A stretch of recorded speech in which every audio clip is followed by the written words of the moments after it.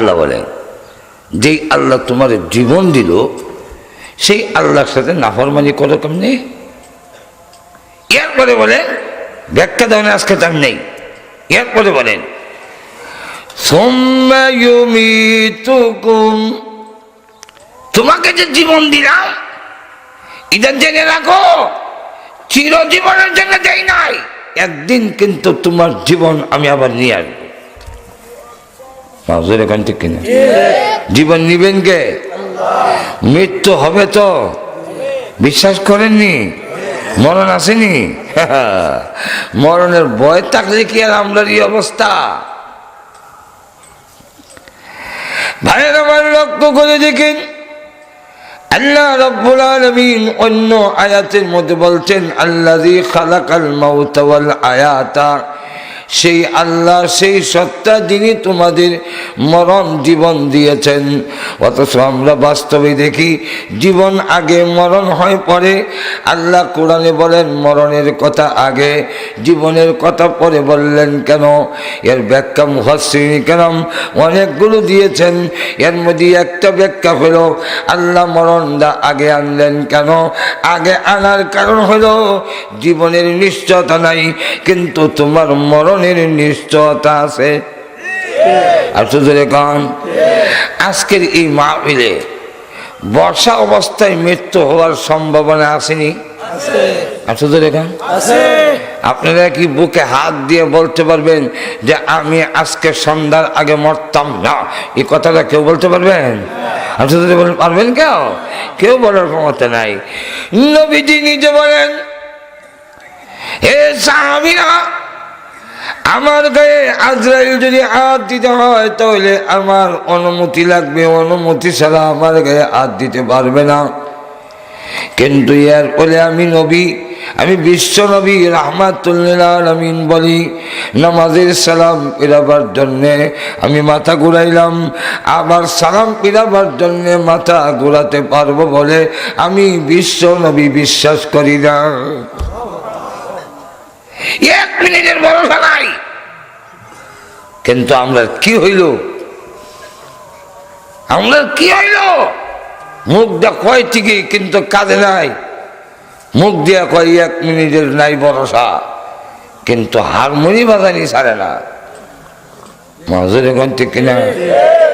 নিঃশ্বাসের বিশ্বাস নাই, কিন্তু গান গাইতে গাইতে মরে, নামাজ পড়ে না। মাজুর এখন ঠিক কিনা? কেন ভাইরা আমার লক্ষ্য করে দেখেন, আল্লাহ রাব্বুল আলামিন বলেন তোমাদের মরণ আমি দিব। মরণটা যে কিভাবে হবে, মরণের যন্ত্রণা যে কি হবে, ওই দিকেও আজকে আলোচনা করব না। আমি আর একটু সামনে যেতে চাই। লক্ষ্য করে দেখেন, মরণ তো হবেই। আজরাইল আলাইহিস সালাম আল্লাহর কাছে গিয়ে বলবেন, আল্লাহ সকলের রূহ বের করেছি, এবার দায়িত্ব সমঝে দিতে চাই। আল্লাহ রাব্বুল আলামিন বলবেন কেউ নাই? হ্যাঁ আছে, আল্লাহ আপনি আছেন আর আমি আছি। আপনার মরণ নাই, আপনি আল্লাহ, আপনি আছেন আর আমার আজরাইল নাই, এই জন্য আমি আছি। আজরাইলের ধারণা তার মরণ হবে না, যেহেতু তার আজরাইল নাই, কে তার রূহ নিবে? আল্লাহ তখন লাগছে বলবে, আজরাইল তোমার নিজের রূহ তুমি নিজে বের করে দাও। আজরাইল তখন বলবে, প্রভু গো, আমার রূহ বের করে দিতে হবে। তুমি কি কুল্লু নাফসিনের ভিতরে নাও? হ্যাঁ যাও। আজরাইল তখন নিজের রূহ বের করার সময় এত জোরে চিৎকার দিবে, পৃথিবীতে যদি মানুষ থাকতো তার চিৎকারে সকলের কলিজা ফেটে যাইত। ও মানুষ, আল্লাহর নবীকে প্রশ্ন করেন আম্মা জান আয়েশা সিদ্দিকা রাদিয়াল্লাহু আনহা, ওগো নবীজি, মুমিন ইমানদারের মরণের কষ্ট হবে কি? আল্লাহর নবী বলেন অবশ্যই হবে, কেউ রেহাই পাবে না।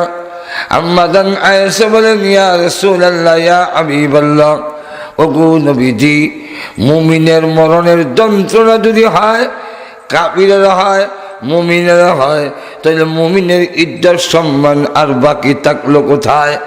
আল্লাহ নবী তখন বলেন, আয়েশা, মুমিন যদি সত্যিকারের মুমিন থাকে, মুমিন হয়, তাহলে যন্ত্রণা হবে, কিন্তু আল্লাহ রাব্বুল আলামিনে তার ভিতরে এমন স্পিড দিয়ে দিবেন যে মৃত্যুর যন্ত্রণা থাকবে না, আনন্দে পরিবর্তন হয়ে যাবে।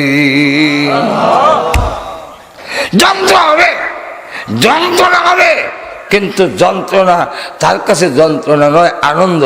সব যন্ত্রণা নয়, সব কষ্ট নয়, আনন্দ। লন্ডন আমেরিকার লোকেরা যে মেহনত করে, এটা যদি বাংলাদেশে করতো, তাহলে বাংলাদেশেও মাশাআল্লাহ লন্ডনের মতো হইলে এখানে যে ডিউটি করে, এখানে আইলে অলস মা ঘুমে গেছেন। তা আমরা দেশে মেহনত করেন, এখানে ফলাফল জিরো, ফলাফল ভাই না, সারাদিন মেহনত করে কোনো কামের না। আর এরা যখন 7 টাইম মেহনত করিয়া 300-400 পাউন্ড পায়, তখন এই কষ্ট না, চাকরি করতে আরাম পায়। বুঝাতে পারছি না মনে হয়। নদী আছে, ওই সুরমা নদীর ইভারে প্রেমিকের বাড়ি ইভারে। এখন মাঘ মাসের শীতে কনকনে বাতাস, আবার তারপর বৃষ্টিও করে। এমন সময় রাত 10টায়, কারণ কেউ যেমন না জানে, বাহে জানলে বাইরে ঠেক ভেঙে দেব। রাত 10টার সময় নদী ভাবি থেকে দেখে নৌকা নাই, অন কেমনে দেবো, বাপরে বাপ, যে শীত আর যে ঠান্ডা। এখন কয় নৌকাও নাই, কিতা করি, কাপড় চোপড় খুললা এক হাতে লইছে আর এক হাতে বইটা মারে। শীতের সুরে দেহের মধ্যে কম্পন দিতেছে, দাঁতে বাড়ি লাগে করতেছে, কিন্তু এই কষ্ট না, ভিতরে আনন্দ। প্রেমিকার কাছে চলে যাব, ঠিক তেমনিভাবে প্রকৃত মুমিন মরণের যন্ত্রণা থাকবে না, আল্লাহর সান্নিধ্যে যাওয়ার আনন্দে সম্পূর্ণ আনন্দের হয়ে যাবে।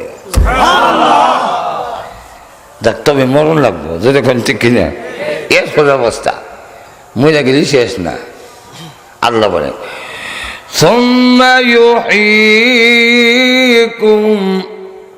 তোমাদের নিয়ে কবরস্থ করা হবে, বাইরে হয়ে গেলে কবরে রাখবে। আর আমি তোমাদের কবরে জিন্দা করব। আমরা সবাই তাদের দাফন কাফন অনেক। আল্লাহ মারার আগে ইসলামী পোশাক দেখতে পারে না, টুপিওয়ালা দেখতে পারে না, পোশাকও দেখতে পারে না। আরও কি রিসার্চ করে, মোল্লারা কাপড়ের দাম বাড়িয়ে দিয়েছে, এত লম্বা পাঞ্জাবি না পড়লে কি তাও মজুর এখন ঠিক নেই। কিন্তু মহিলা সারলে এখন আমরা মোল্লা দেখতে পারে না, কিন্তু মহিলা সারলে মোল্লার কাছে না হইয়া কবর যাওয়ানের কোনো উপায় নাই। এই যে সৈয়দ আশরাফ সাহেব মারা গেল, মোল্লা জানাজা পড়াইন লাগছে, ঠিক মাজুর এখন ঠিক নেই। অথচ মোল্লার কাছে আমন লাগে। আল্লাহ ঘুমে গেছেন গিয়া, তোমার জানাজা হইব কথা কও গিয়া প্রেসিডেন্ট হরাইতো মাজুর এখন ঠিক না। আপনাদের সংসদের স্পিকার যখন হরাই দিত, আচ্ছা নাইলে প্রধানমন্ত্রী কেউ হরাইতো না। মোল্লার কাছে আমার লাগে যে পোশাক আপনি নিন্দা করেন, মৃত্যুর পরে শার্ট প্যান্ট কুট সব আগাইয়া আপনার মোল্লার আর পাঞ্জাবি কুর্তা হইয়া কবরে দিতে হবে। 3 কাপড়ের মধ্যে একটার নাম কুর্তা। আমার পাঞ্জাবির তো বোতাম আছে, আমাদের কাপড়ের সিলাই আছে, পকেট আছে। কেন আপনারা যে দিবেন তো মুগই ঘুমাই গেছেন, সবের পকেট আছে। কেন টাকার ভিতরে তৈরি হতো, আমরা একটু বেশি আছি।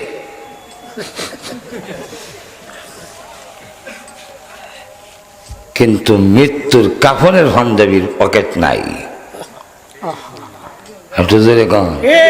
কেন 10 টাকাও আপনাকে দিবে না।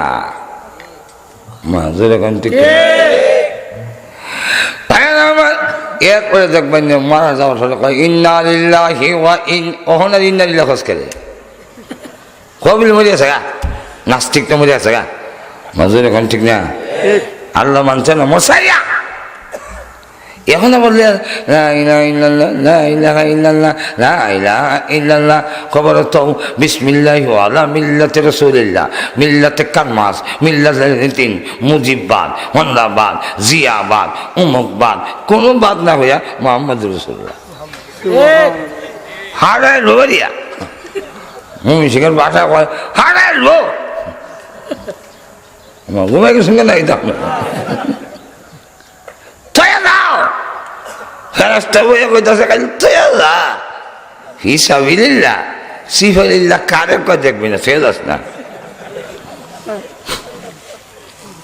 হজরে কোন ঠিক না, সারা জীবন উল্টা হাল্লা।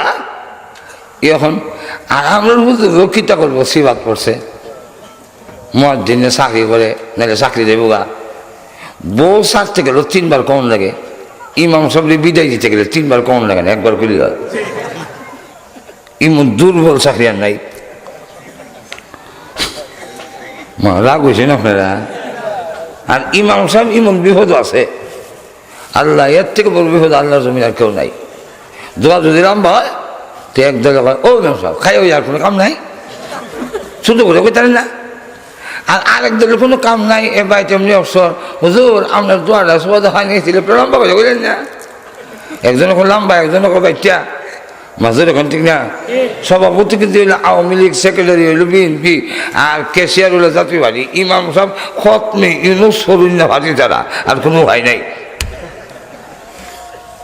আচ্ছা যাক, আমি একদিন দেখি দিন সব গেছে 3টা মারি শেখা আর কিলাই টিলাই লইয়া গেছে নিয়ে তুইছে, আমি ইদিকে নামছেন তোদের গোসল করে তুইব ফের ময়লা ঢিলা রয়েছে, এ জিন্দিগি তুমি তো হয়ে দিয়েছেন, এ জিন্দিগি তো আগে ঢিলা রয়েছেন, তুমি মরে গেছে ঢিলা রইটা।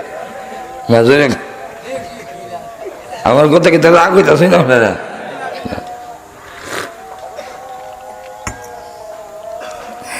সারা জিন্দিগিতে যে মেহনত করে হয় নিল না, যে দিলা লইল না, মৃত্যুর পরে এখন দিলা তো মরে যে কিলা হইল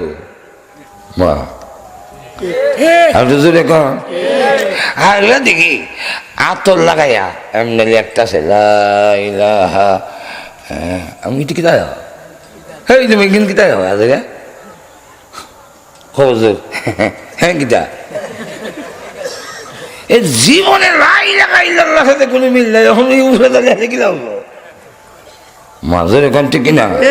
আচ্ছা যাক, এর খবর তো বিসমিল্লাহ ওই আমার আসল সাবজেক্ট ওই সাদেক আছে না, হ্যাঁ ইমন নাসুর বন্ধা আমার এখানে আইনা ছাড়ছে, কতজন যে হে সুপারিশ করছে আল্লাহ ছাড়া করতে পারে, হে যে তো হিসলা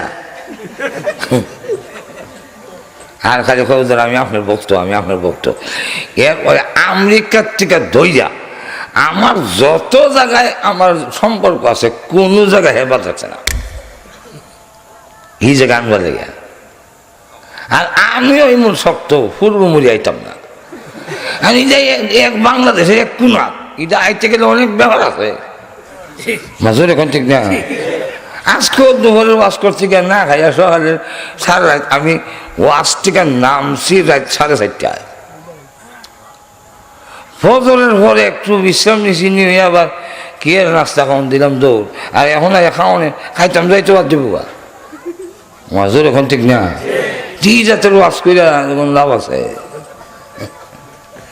কিন্তু ইয়ার হলো ইমনভাবে ধরছে ওই আমি এবার আমেরিকা যে মসজিদে তাই এই মামলা পর্যন্ত ইমন দ্বারা ধরছে, ইবেলার বাড়ি আবার বিয়ানীবাজার বলছেন না, তো বিয়ানীবাজারে বিয়ানীবাজার আবার মিল আছে তো, করে জানলাম যে আমার জাগে চষিটা দেবো জায়গা যাইছে আপনার অসুবিধা হইতেছে। তো আমারে কইল কবরের ভয়াবহতা আখিরাতের ভয়াবহতা, এই সাবজেক্ট আলোচনা করতে গেলে লম্বা সময়ের দরকার। এবার আসেন সংক্ষেপে কইলে কবরে নিয়ে থইব আমরা সবরে তৈলে হাদিসের মধ্যে এসে ইয়াতিহি মালাকান, দুজন ফেরেশতাই ফায়ুদিল ইসানিহি আপনার বুয়াইব, আপনি সুস্থ জ্ঞানের অধিকারী হবেন।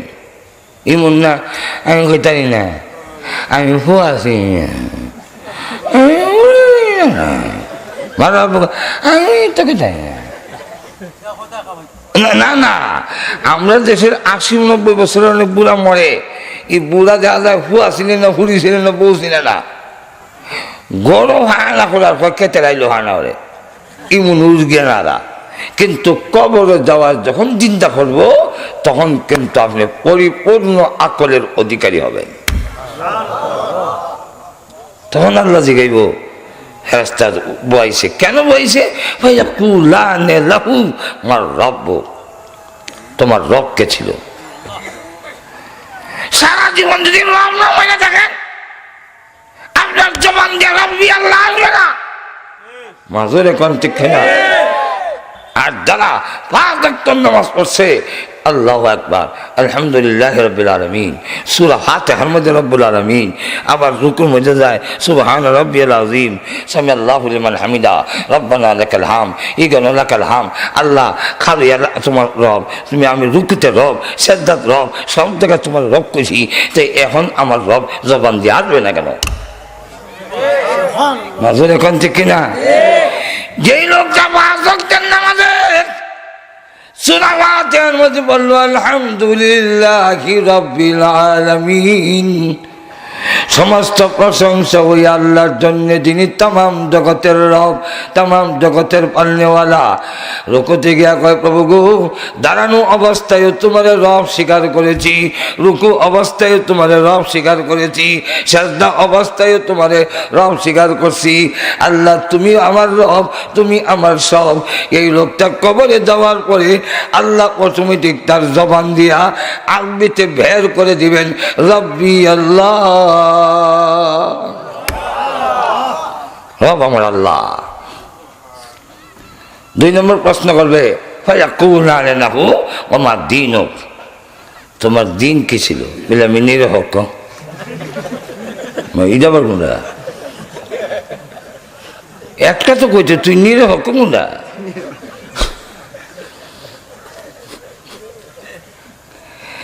যদি ইসলাম না মেনে থাকেন তাহলে আপনি নিজে বলেন, আপনার জবান দিয়ে আমার মাঝে এখান থেকে প্রভু আমার বউ কষ্ট পাইছে তোমার দিন মানতে গিয়া, আমি বউর কষ্টরে তোয়াক্কা দেই নাই, আমার সমাজ আমারে ঘৃণা করছে, আমি পাত্তা দেই নাই। মাবুদ গো, তোমার দিনের বিধান অনুযায়ী আমার জীবন চালাইলাম, আমার সংসার চালাইলাম, আমার জীবনের সব ক্ষেত্রে তোমার বিধান মানলাম। আল্লাহ রাব্বুল আলামিন তার জবান দিয়ে বের করে দিবে দীনিয়াল ইসলাম। এরপরে বলবে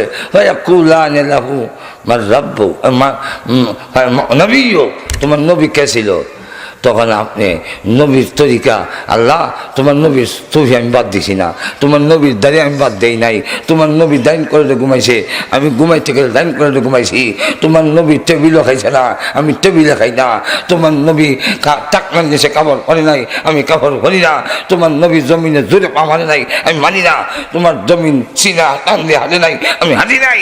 আল্লাহ তোমার নবীকে জীবনের প্রত্যেকটা ক্ষেত্রে আমি ফলো করলাম, তিনি আমার আদর্শ। উনি তো মুহাম্মদুর রাসূলুল্লাহ।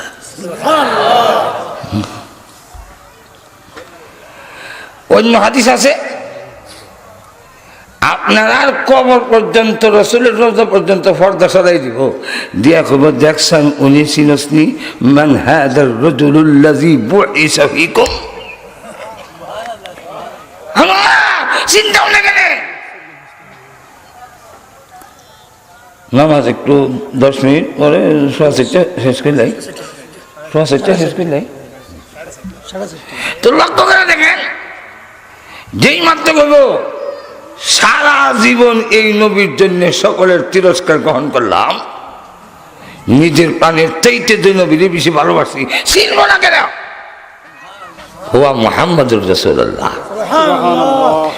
সঙ্গে সঙ্গে আল্লাহর পক্ষ থেকে ফেরেশতা আওয়াজ দিবে, ইউনাদি মুনাদিম মিনাস সামা আন সাদাকা আবদি, আমার বান্দা যা কইছে ঠিক কইছে, তাহলে কি করা, আফরিসুহু মিনাল জান্নাহ, জান্নাতের বিছনা বিছায়া দাও, ওয়া আলবিসুহু মিনাল জান্নাহ, জান্নাতের পোশাক পরিধান করাও, ওয়াফতাহু লাহু বাবান ইলাল জান্নাহ, জান্নাতের সাথে তার কবরের খিড়কি উইন্ডো জানালা খুলে দাও, ফায়ুফতাহ খুলে দেওয়া হবে। আর বলবে নম কানাউমাতিল আরুস, নতুন জামাই দুলা যেইভাবে ঘুমায় তুমি ঘুমাও, ইসরাফিলের সিংহে উ না দেওয়া পর্যন্ত কবরের ঘুম ভাঙতে দেওয়া হবে না। আপনি এমনি তাকায় দেখেন রিপোর্ট লেখে চলে গেছে,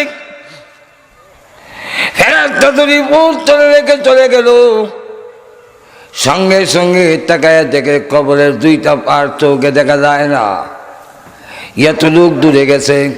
সেখান থেকে যখন আসবে চাপ দেওয়ার জন্য, যাতা দেওয়ার জন্যে, এমনি তাকায় বলে, আল্লাহ নবী বলেন আপনি ডান দিকে তাকায়া দেখবেন, যদি নেককার হয় আল্লাহর হুকুম নবীর তরিকা মতে যদি জীবন চালায় থাকে, তাকায়া দেখে আসসালাতু আন ইয়ামিনিহি, নামাজ হলো তার ডান দিকে, ওয়াজ যাকাতু আন শিমালিহি, যাকাত হলো তার বাম দিকে, ওয়াল কুরআনু ইনদা রাসিহি, কুরআন হলো তার মাথার কাছে, ওয়াস সিয়ামু ইনদা রিজলাইহি, আর রোজা হলো তার পায়ের কাছে। বুকের আবার আরেক বর্ণনায় বুকের মধ্যে পাখির সুরত ধরে বসে ডানা প্রহস্ত করে বলবে, ভয় করো না, তোমাকে চাপ দিতে পারবে না, আমি চাপ দিতে দিব না। আপনি দেখে দেখে বলবেন, তোমরা কেন গো, তোমাদের চেহারা তো আমার দুনিয়ার মানুষের সঙ্গে মিল নাই, আমাদের বিয়ানি বাজারের লোকদের সাথে মিল নাই, পূর্ব মরিয়া লোকদের সঙ্গে তোমাদের চেহারার মিল নাই, কে গো তোমরা? এমনি ডাক দিয়ে বলে, ভয় করো না, আমরা হইলাম তোমার জীবনের নেক আমল। বুক টিকা ডাক দেয়া কয়, আমি পাখি, আল্লাহর কোরআন পাখির সুরত ধরে তোমার কবরে ঢুকেছি, ভয় করো না, আল্লাহর কাছে দরখাস্ত করব, যতক্ষণ পর্যন্ত জান্নাতের বাগান না হবে আমি তোমার কাছ থেকে বিদায় হব না। আর যদি জীবনটা উল্টা পাল্টা ছাড়া সব যখন দেখে আসবে, আপনি জাগ্রত হইলেন, দেখবেন হাদিসের মধ্যে এসে সূর্যটা লাল, হ্যাঁ কিছুক্ষণ পরে তুই ডুবে দেব, এখন এখন আমি কই যাই, হায় হা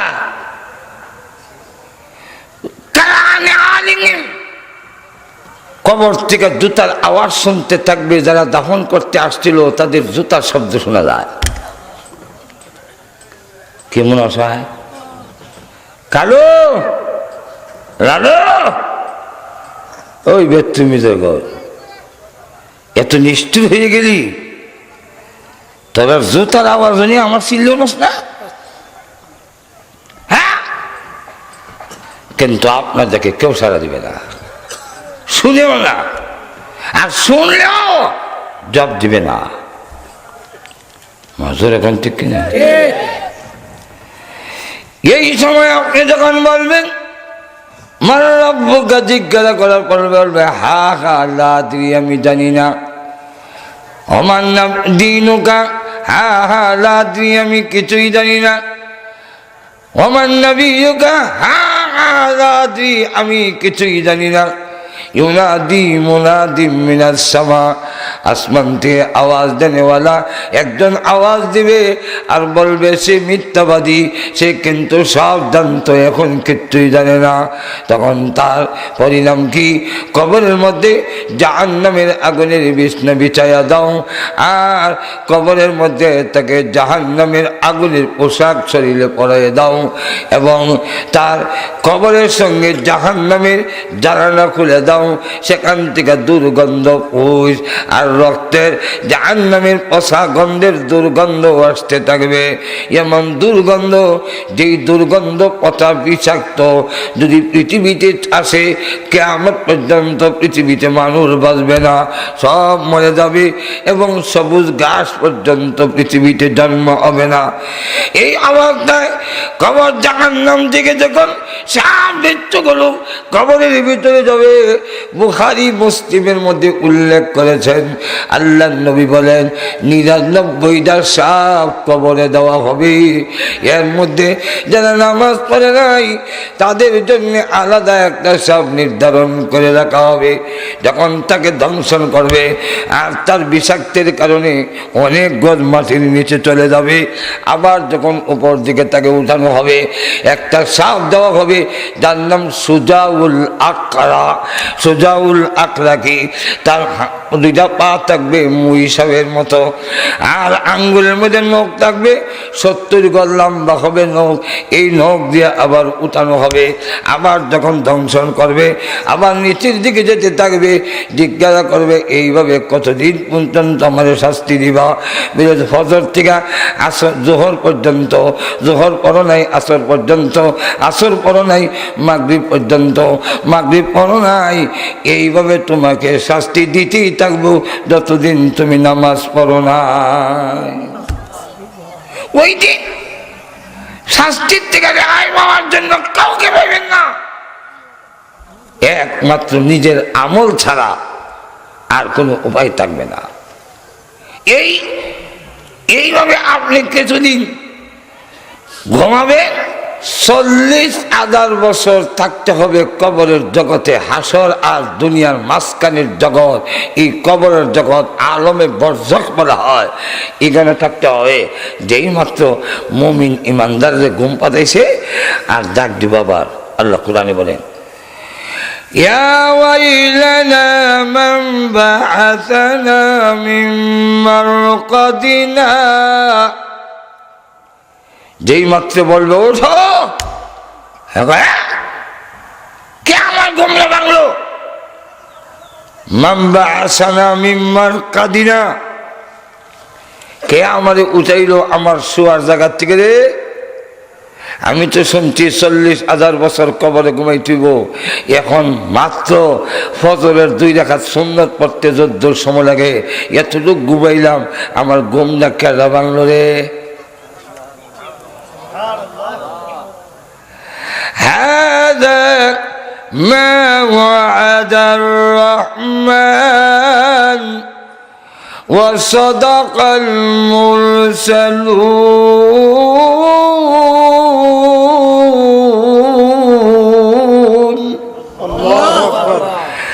আল্লাহ যে ওয়াদা করছিলেন তোমাদেরকে কবর থেকে উঠাবেন, রাসূল রাজা বলছিলেন তা আজকে সত্যে রূপান্তরিত হইল।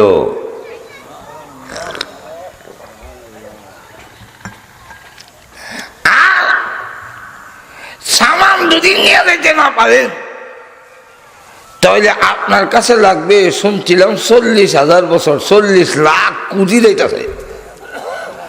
সমাধি শেষ হয় না, শেষ হবে না। কবরে আযাব থেকে কেউ রেহাই পাবে না। এই জন্য হযরত উসমান গনি রাদিয়াল্লাহু আনহু কবরের পার গেলে বেশি কাঁদতেন, দাড়ি ভিজে যেত। আম্মাজান হযরত খাদিজাতুল কুবরা রাদিয়াল্লাহু আনহা এত জান্নাতের সার্টিফিকেট পাওয়ার পরেও, তিনি আল্লাহর সালাম পাওয়ার পরেও ইন্তেকালের সময় কাঁদেন। রাসূল বলেন কাঁদো কেন?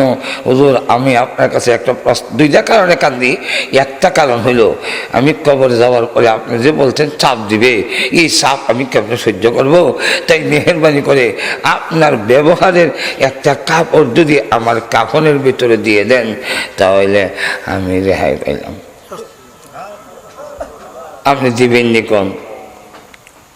রাসূল বলেন ওয়াদা দিলাম তোমার ইন্তেকালের পরে কাফনের কাপড়ের ভিতরে আমি রাসূলের ব্যবহারের কাপড় দিয়ে দেব।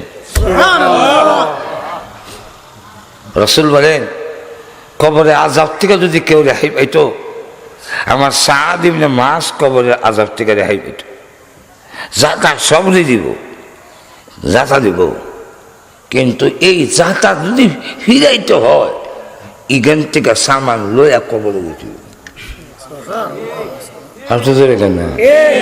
আরো জোরে কম যদি লইয়া দিতে পারেন তাহলে সার্থক, আর যদি লইয়া যাইতে না পারেন আফসোসের সীমা থাকবে না। এরপরে আল্লাহ বলেন সুম্মা ইউঈকুম সুম্মা ইলাইহি তুরজাউন।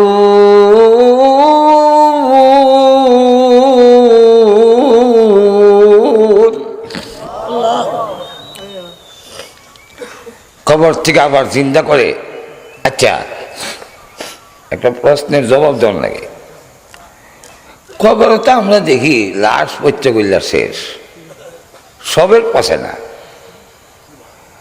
অনেকের তো নামাজ পড়ে, কোরআন তেলাওয়াত করে, সবের লাশ পচে না, সাধারণ যারা আমরা পচা জায়গা। আচ্ছা, পচা গেল, অনেকের এই ধারণা যে কবর হত্যা গইলা সব শেষ হয়ে গেল, আল্লাহ আবার কেমনে উঠাইবেন?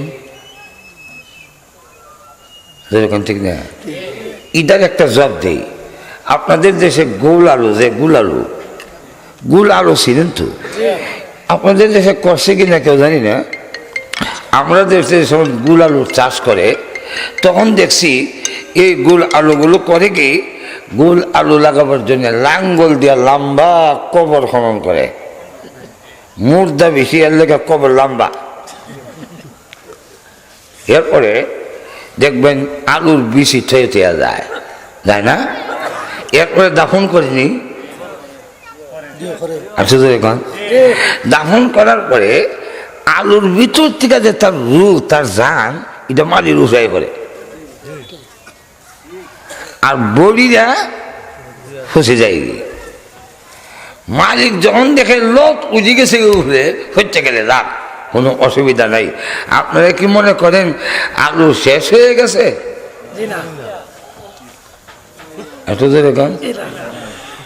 ঠিক কি হয়েছে? আলু আছে, শেষ হয়েছে না।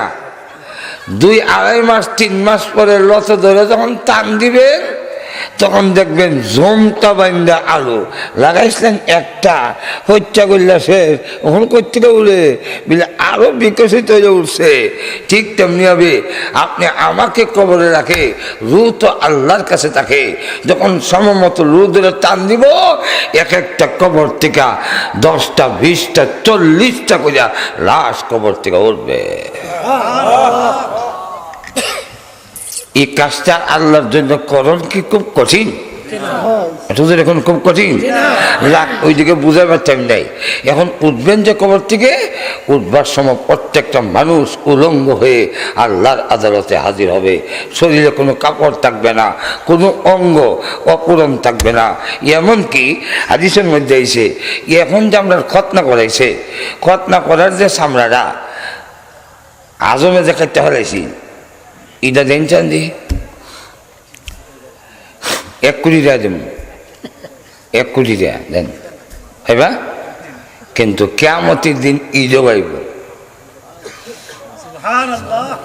ঈদও লাগবো।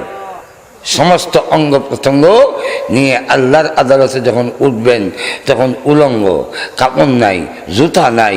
আম্মাজান আয়েশা বলেন, ইয়া রাসূলুল্লাহ, ওই দিন কি সব উলঙ্গ হবে?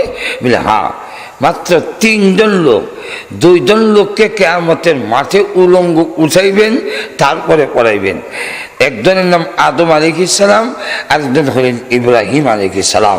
উলঙ্গ উঠাইয়া কাপড় পরাবেন, আর আরেকজন ব্যক্তিকে উলঙ্গ উঠাইবেন, কাপড় পরাবেন, এরকম নয়। ওনাকে কবর থেকে জান্নাতি পোশাক পরাইয়াই উঠাইবেন। উনি হলেন আপনি আমার নবী, বিশ্ব নবী। এছাড়া সব উলঙ্গ। আম্মাজান আয়েশা বলেন, ইয়া রাসূলুল্লাহ, আপনার স্ত্রী আয়েশা, আপনার মেয়ে ফাতেমা, তারাও কি উলঙ্গ হবে? বলে হ্যাঁ, তারাও হবে।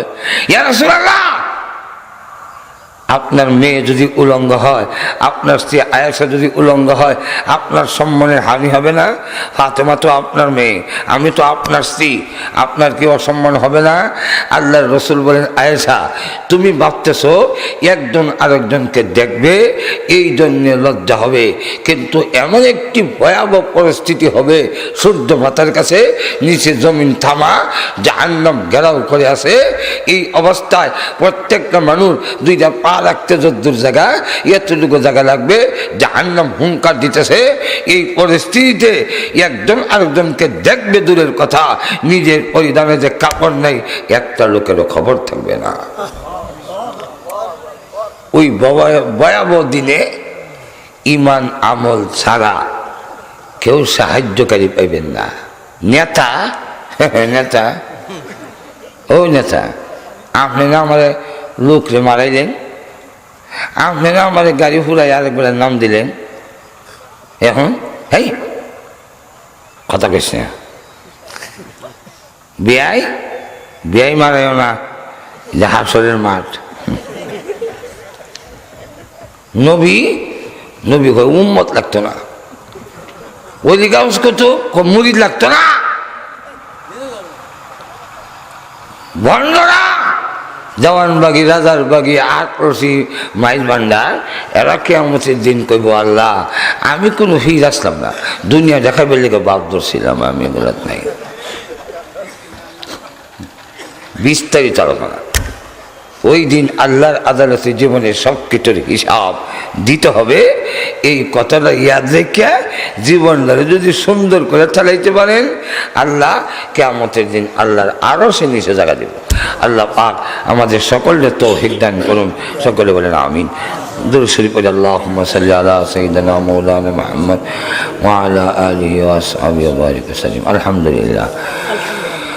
ربنا ظلمنا أنفسنا وإن لم تغفر لنا وترحمنا لنكونن من الخاسرين. ربنا آتنا في الدنيا حسنة وفي الآخرة حسنة وقنا عذاب النار. رب العالمين সারা জীবনের গুনার বোঝা মাথায় নিয়ে গুনার উপরে লজ্জিত আর শর্মিন্দা হয়ে আজকের এই মাহফিলে আমার চাইতে বড় গুনাহগার কেউ নাই গো মাবুদ। তাকায় দেখো, আলেম উলামাকে নিয়ে, সাদা দাড়িওয়ালা মুরব্বী নিয়ে, নওজোয়ান ভাইদের নিয়ে, পর্দার আড়ালের নেককার মা বোনদের নিয়ে আমি গুনাহগার মুসাফির অবস্থায় হাত বাড়াইলাম। আল্লাহ জিন্দেগির গুনাহে তুমি মাফ করে দাও। আল্লাহ তুমি যদি মাফ না করো, বলো না আমরা কার কাছে যাব, কোথায় যাব? রব্বুল আলামিন, দুনিয়াতে দেখেছি শুধু সময় দুষ্টামি করলে আব্বা আমারে ঘরে ঢুকতে দিত না। সন্ধ্যা হয়ে গেলে ঘরের পিছনের দরজায় গিয়ে মা মা বলে ডাক দিলে মা পারে না তার সন্তানকে বিদায় করে দিতে। মুখের সঙ্গে জানাইয়া জীবনের সব অপরাধ মাফ করে দেয়। আল্লাহ প্রভু হে, গর্বে রাখার কারণে যদি মারিয়া তো দয়া তো মায়া হয়, ও প্রভু প্রভু গো, তুমি তো আমাদের বানাইছ, তুমি তোমার চাইতে কোটি কোটি গুণ বেশি দয়ালু। তোমার রহমতের দরজায় হাজির হয়েছি। আল্লাহ আপনার মাফ করে দাও, আমাদের স্ত্রী সন্তানরে তুমি মাফ করে দাও। আজকের মাহফিলের আয়োজন যারা করেছেন, আল্লাহ খাদিমুল ইসলাম পরিষদ রে তুমি কবুল করো। এখানে যারা হাজির হয়েছেন সবাই রে তুমি মাফ করে দাও। আয় আল্লাহ দান খয়রাত যারা করলেন দেশ বিদেশ থেকে সবাইরে তুমি মাফ করে দাও। এই এলাকার নারী পুরুষ সবাইরে আল্লাহ তুমি নামাজি দিনদার বানায়া দাও। ও মাবুদ, আমাদের মধ্যে যারা অসুস্থ তুমি সুস্থ করে দাও, যত বিমারি আছেন সবাইরে সেবা করে দাও। আয় আল্লাহ আমাদের আওলাদ গুলোর নেককার দিনদার বানাইয়া দাও। আয় আল্লাহ তাআলা যার যে অসুবিধা আছে অসুবিধারে দূর করে দাও। আমাদের পক্ষ থেকে আল্লাহ কোটি দুরূদ ও সালাম সোনার মদিনা পৌঁছাইয়া দাও। যত মুমিন মুমিনাত কবরে ঘুমাইয়াছেন সকলের কবরের আযাব মাফ করে দাও। বিশেষ করে আমরা মা বাবার কবরে আযাব দিও না আল্লাহ। মার কথা বলতে পারি না, দুনিয়াতে আসার সময় কত লাথি মার কলিজায় মারছি, কত রাত গেল আমি আমার মারে ঘুমাইতে দেই না। ওই মা যাদের নাই গো আল্লাহ আমার কবরে আযাব দিও না। আয় আল্লাহ তাআলা প্রভু মেহেরবানি করে আমরা তুমি মাফ করে দাও। আমরার মা বাপরেও আল্লাহ তুমি মাফ করে দাও। আমরা দাদা দাদি নানা নানি শ্বশুর শাশুড়ি আত্মীয় স্বজন যে যেখানে কবরে আছেন প্রত্যেকের কবরে জান্নাতের বাগান বানাইয়া দাও। ইয়া আল্লাহ এই এলাকার মাটির নিচে যত মুর্দা আছেন সবাইরে তুমি মাফ করে দাও। আল্লাহ আমাদের মক্কা মদিনা বারবার জিয়ারত করার তৌফিক দাও। যেদিন মরণ দাও ঈমানের সাথে মরণ দিও। ربنا تقبل منا إنك أنت السميع العليم وتب علينا إنك أنت التواب الرحيم آمين آمين برحمتك يا أرحم الراحمين.